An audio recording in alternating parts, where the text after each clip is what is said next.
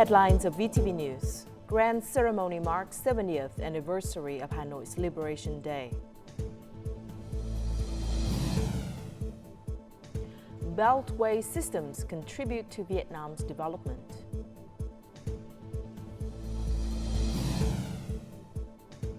And later on in our world news, Hurricane Milton makes landfall in Florida, United States.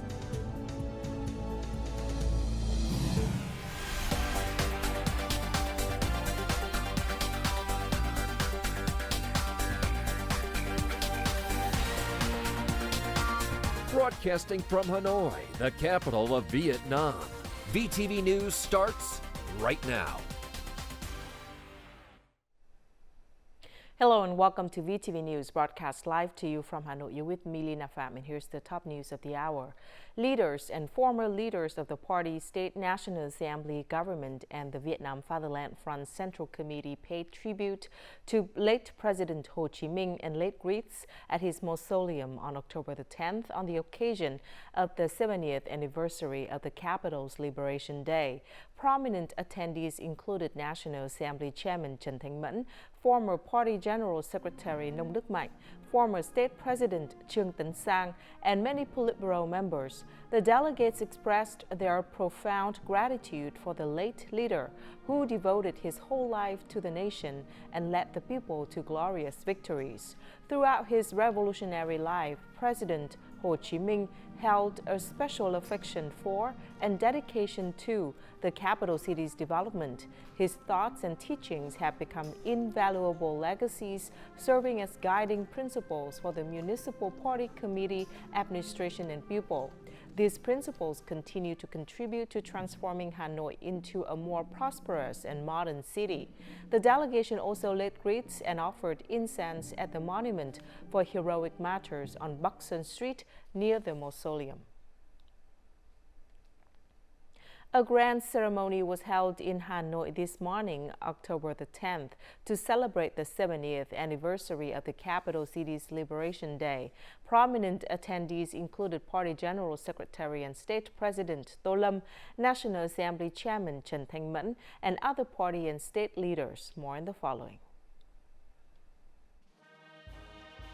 In his remarks, Party General Secretary and State President Tô Lâm recalled the struggle of Hanoi's soldiers and residents for liberation, emphasizing that the capital city is now joining nationwide efforts in renewal and international integration.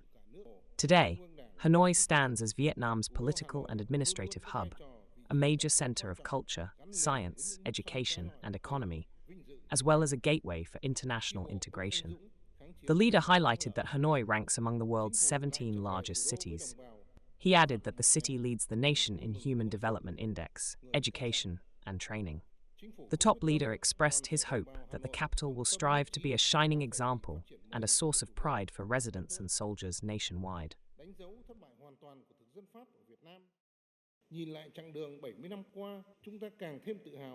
Looking back on the past 70 years of our capital's history, we feel immense pride and appreciation for Hanoi's victories and achievements.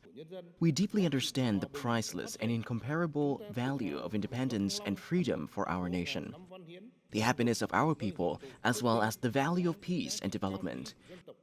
We take pride in Thăng Long Hanoi, our 1,000-year-old capital, rich in culture and heroism, where the noble values of the Vietnamese nation are gathered, crystallized, and shine brightly. We are more confident in our cause of building the capital and the country. We believe in the strength of our historical roots to guide our nation forward on the path to socialism. This is the will and aspiration of our entire party, people, and military. It is the responsibility of today's generation to honor our ancestors and ensure it endures for generations to come. The top leader also highlighted Hanoi's active participation and leadership in major international forums, enhancing both the city's and the country's role, status, and reputation globally. He proudly noted that Hanoi is the sole city in the Asia-Pacific region to be awarded UNESCO's City for Peace title.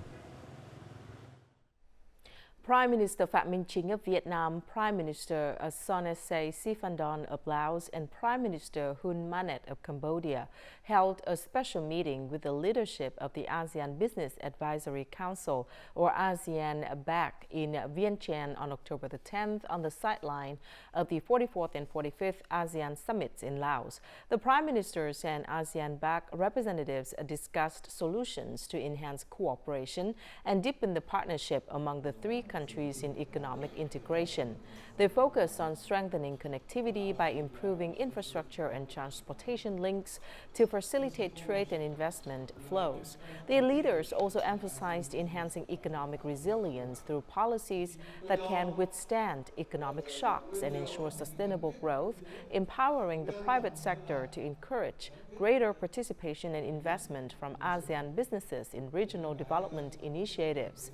Prime Minister Phạm Minh Chính emphasized the importance of enhancing the integration of the three economies in 5 key areas, namely soft connectivity, hard connectivity, trade connectivity, digital and energy infrastructure connectivity, and business connectivity. Continuing the 38th session, the National Assembly Standing Committee provided input on the draft law amending and supplementing articles in 4 laws: the law on planning, the law on investment, the law on investment under the public-private partnership method, and the law on bidding. The committee proposed to outline only the general principle of assigning the government to establish an investment support fund from corporate income tax revenue. They also suggested adding regulations to prevent global tax base erosion and other legal measures to stabilize the investment environment. The National Assembly Standing Committee also noted that the government should clarify the inspection and supervision mechanism, ensuring transparency when proposing multiple direct purchases for drugs sold at public hospital, pharmacies, thus safeguarding patients' rights. Since 2008, Hanoi area has tripled to 3,345 square kilometers due to the expansion of its administrative boundaries. This growth supports the development of transportation infrastructure, which aims to alleviate urban traffic congestion and improve urban, industrial, commercial, and service development. Additionally, it generates vital investment resources for the city. Construction efforts begin as soon as land and materials become available. Currently, the parallel routes for the Belt Road No. 4 project, spanning 7 districts, are racing towards completion. The contractors are actively creating internal service routes for transporting machinery and materials wherever land is available, demonstrating their commitment to progress at every opportunity. Completing Belt Roads No. 4 and No. 5 will help ease traffic in the city center and facilitate high-speed transit with surrounding areas. Hanoi serves as the hub of the Northern Key Economic Region and the Red River Delta. Belt Road No. 4 will connect all transportation systems leading to the center, relieving traffic on Belt Roads No. 3 and 2. At that point, Belt Road No. 4 will serve as a regional ring, passing through Hanoi, Hung Yen, and Bac Ninh, both of which significantly contribute to national GDP growth. The planning of 5 major belt roads, alongside 7 expressways leading to the capital, enhances regional connectivity and stimulates growth. The planning for the Red River Delta has been approved by the Prime Minister, along with the 2 major plans for Hanoi that are set to receive approval soon. These plans clearly define the region's position, role, and economic development orientation. We are supporting several transportation infrastructure projects in Hanoi, such as Ring Road No. 3, Nhật Tân Bridge, and Thanh Trì Bridge. Thanks to these infrastructure improvements, the city center is now better connected to the airports, seaports, and surrounding urban areas. The expansion of the Beltway system and the overall development of transportation infrastructure will position Hanoi as a central hub, driving growth in the Red River Delta, the Northern Key Economic Region, and the entire country. Once a dominant player in transportation, the railway industry now holds just around 1% of the market share. To revitalize the sector, it's essential to eliminate bottlenecks and create opportunities for comprehensive development. A high-speed railway project promises a more advanced future for Vietnam's railways. It will help establish a diverse logistics network integrated with various modes of transportation. After loading and unloading goods, there's still a wait. When there are enough passengers, the train can finally depart. The railway industry's current reputation is for slow speeds and lengthy transit times. The railway industry is entering a new era of opportunity. Passenger trains will run on the high-speed railway network. In contrast, freight trains can fully utilize the existing rail system through more efficient planning and better connections to other modes of transport. According to the plan, the railway will be connected to seaports, economic zones, and border gates, enhancing the logistics efficiency of the rail industry. The high-speed railway project will directly link two major urban centers, Hanoi and Ho Chi Minh City, while passing through 17 urban areas with populations of 500,000 or more. This will open up new opportunities and foster development in all the regions along the route. The development of high-speed railways would link key growth regions, improving connectivity. Enhanced transportation infrastructure would expand cargo hubs, laying the foundation for advancing Vietnam's logistics sector. Economically, it facilitates stronger connections, boosting trade, commerce, services, investment, and infrastructure development. The route is planned to have 23 passenger stations and 5 freight stations connected to key cargo hubs. Fast and convenient transportation will help establish major trading points along the north-south economic axis. It will also enhance the industrial potential, urban infrastructure, and tourism services in many areas along the high-speed railway's path. The Japan Bank for International Cooperation, or JBIC, has decided to provide $150 million in funding for renewable energy projects and power transmission in Vietnam. The loan will be disbursed through VP Bank, Vietnam Prosperity Bank. The credit contract signing ceremony between the two banks recently took place in Hanoi, witnessed by the Japanese ambassador to Vietnam, Ito Naoki. The loan aims to contribute to Vietnam's national goal of achieving net zero emissions by 2050. This mid to long-term loan of $150 million will be allocated by VP Bank to businesses and projects focused on power grid development and renewable energy with positive impacts on environmental protection.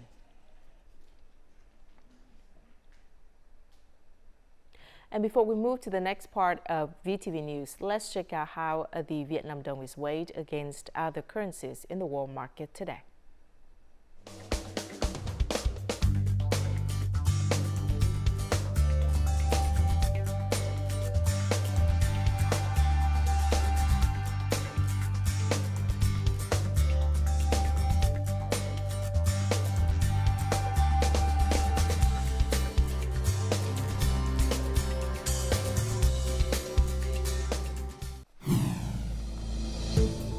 Coming up next, Lào Cai announces end of emergency situation regarding natural disaster. And Hanoi embraces City for Peace vision to enhance livability. The People's Committee of Lào Cai Province has just announced the end of the emergency situation regarding natural disasters in the province. On September the 9th, the People's Committee issued a decision declaring a state of emergency due to natural disasters in Lào Cai Province. Storm Yagi's impact on Lào Cai Province has been severe, resulting in 239 casualties, including deaths, missing persons, and injuries. Over 11,200 houses were flooded or swept away, with economic damages estimated at approximately $282 million. The People's Committee of Dong Tháp Province has declared an emergency after a landslide occurred on the Tien River bank in Ward 11, Cao Lãnh City. The 130-meter landslide affects 23 households and threatens a Regiment 9's embankment. Immediate measures will be taken, including reinforcing the severely affected area and relocating 5 households from the danger zone to safer zones. Local authorities will also assess the landslide's perimeter, put up warning signs, and limit access to ensure the 4-on-the-spot principle is followed for any unexpected incidents. Vietnam has 3.1 million business households and individuals, many of whom sell goods and services online without registering, declaring, or paying taxes. In the first half of the year, nearly 43,000 online sellers subject to scrutiny declared and paid taxes amounting to nearly $425 million, more than 2.8 times the amount compared to the same period last year, data from the General Department of Vietnam Taxation revealed. Experts and businesses assert that regulations should be in place to manage business activities.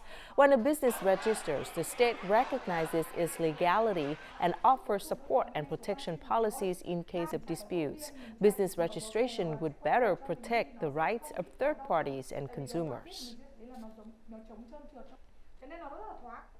Over the past 2 years, Hanoi has made significant strides in promoting its OCOP products.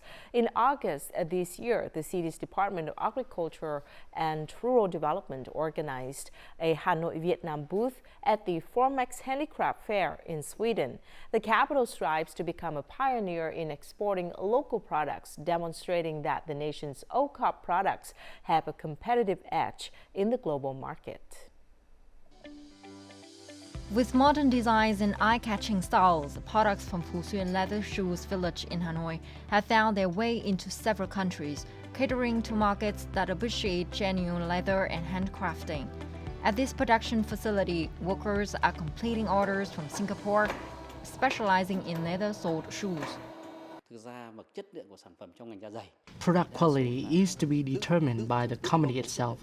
Recently, we have been applying OCOP standards, which has led to the greater consumer acceptance. Chili sauce and ketchup are 4-star OCOP products of this unit. They send out an average of 4 to 6 containers per month to the European market. To achieve 4-star OCOP certification and meet international standards, businesses must upgrade their products. We have invested in automatic packaging machines and a disinfection system to produce products that meet export standards for demanding markets. The authorities hope that OCOP products will not only represent the capital, but also lead in enhancing Vietnam's export reputation. The city plans to support OCOP businesses by helping them perfect their production processes, improve product quality, focus on design, and increase trade promotion activities for individual businesses and traditional craft villagers. Besides the current policies, we will introduce new policies to support production development, foster linkages, and assist in product distribution. To further penetrate the international market, Hanoi's OCOP products must overcome several limitations. Currently, product packaging is simplistic and product stories lack depth, failing to connect with local history and culture. Additionally, local producers tend to neglect trade promotion. Addressing these weaknesses will help Hanoi's OCOP products secure a stronger presence in international shelves. 70 years after the liberation of the capital, Hanoi has diligently upheld its reputation. It has evolved into a secure and welcoming destination, increasingly favored by global partners. More in the following. The Hanoi Children's Palace was completed just in time for the 70th anniversary of the capital's liberation. It stands as a special gift to the city's youth. Meanwhile, the operation of urban rail lines, ring road connections, and numerous other infrastructure projects have transformed the capital's appearance. Citizens are reaping the benefits of our capital's development. We are deeply appreciative of the growth of the infrastructure, road, and architecture, especially the advancement of commerce and industry. Once devastated by war, Hanoi has been awarded the prestigious Golden Star Order 3 times and earned the title of Heroic Capital. In 1999, UNESCO recognized Hanoi as a city for peace, one of only 5 exemplary cities globally, and the sole representative for the Asia-Pacific region. Hanoi has an incredibly diverse cultural heritage that spans its long history. Culture is considered one of the key components of the city's development strategies. Hanoi has done an excellent job in promoting cultural industries, advancing heritage education programs, encouraging youth participation, and creating more creative and cultural spaces. Resolution number 15 of the Politburo on the orientation and development tasks of Hanoi until 2030, with a vision to 2045, sets the goal of building a civilized, modern and cultural capital, making it a driving force for the development of the Red River Delta and the Northern Key Economic Region. Resolution number 15 of the Politburo, outlining Hanoi's development goals until 2030 and vision for 2045, aims to build a civilized, modern, and cultural capital. This initiative positions Hanoi as a driving force for the development of the Red River Delta and the Northern Key Economic Region. Inheriting the 1,000-year-old tradition of Thăng Long Hanoi, the Capital Party Committee, authorities and people have upheld the tradition of solidarity and unity. All efforts aim to creatively apply the party's renewal policies to the specific conditions of the capital, achieving great, comprehensive successes and making significant contributions to the nation's achievements. By 2045, Hanoi envisions itself as a global city, with a level of development comparable to the capitals of advanced nations, both regionally and worldwide. Over the past 70 years, Hanoi has strived to become a city worthy of its status as the nation's heart, and a place worth visiting, living in, and contributing to.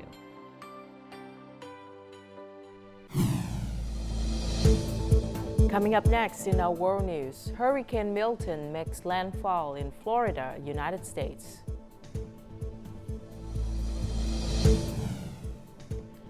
And flood warnings in Bangkok, Thailand.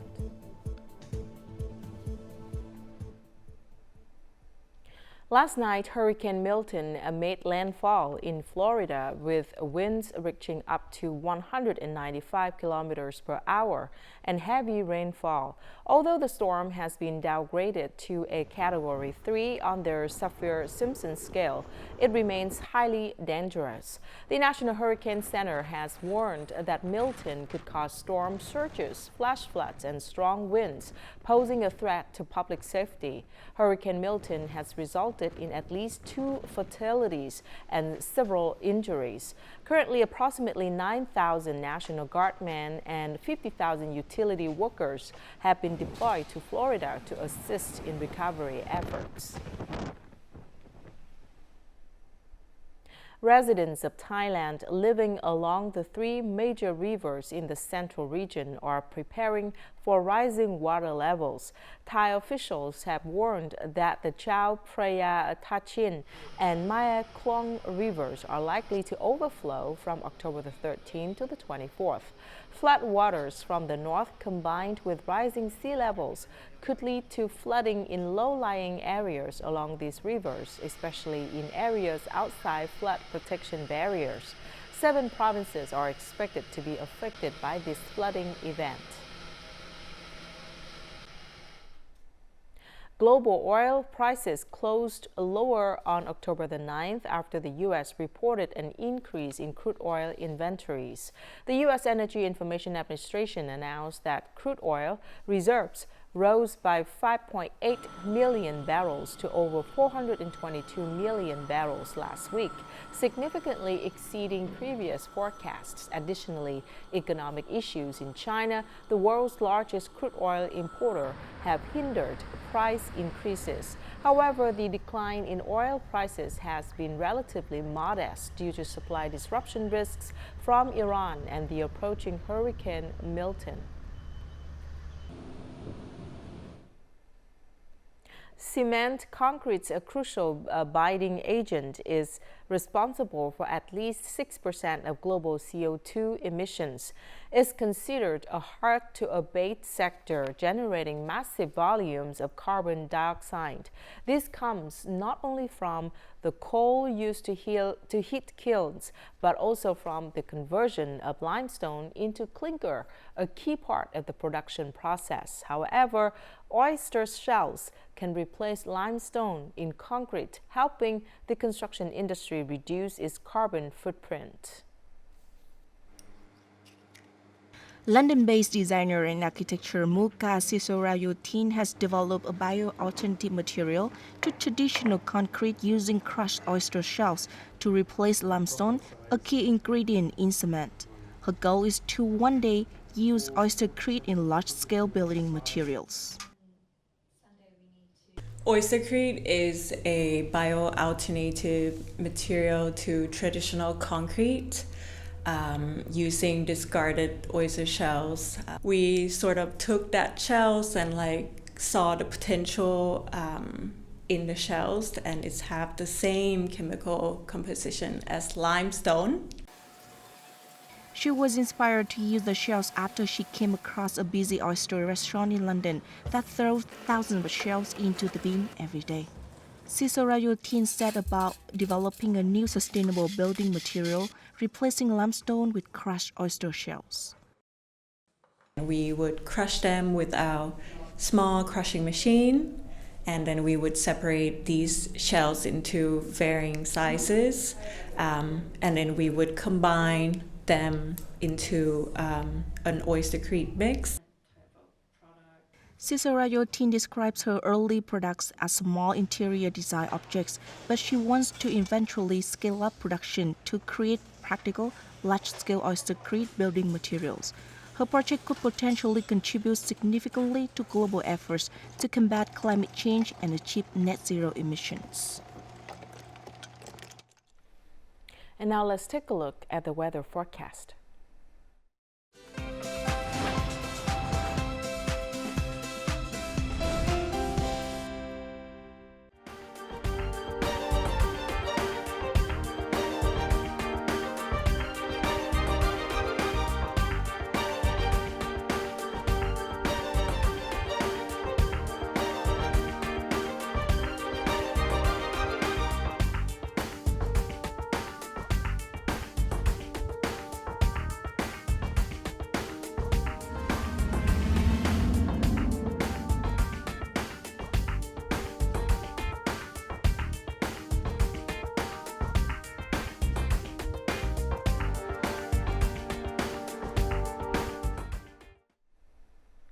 And that's it for this edition of VTV News. Thank you very much for watching. To rewatch our program, you can download VTVgo from App Store or Google Play, or tune in our YouTube channel at youtube.com/VTV4go. Goodbye for now.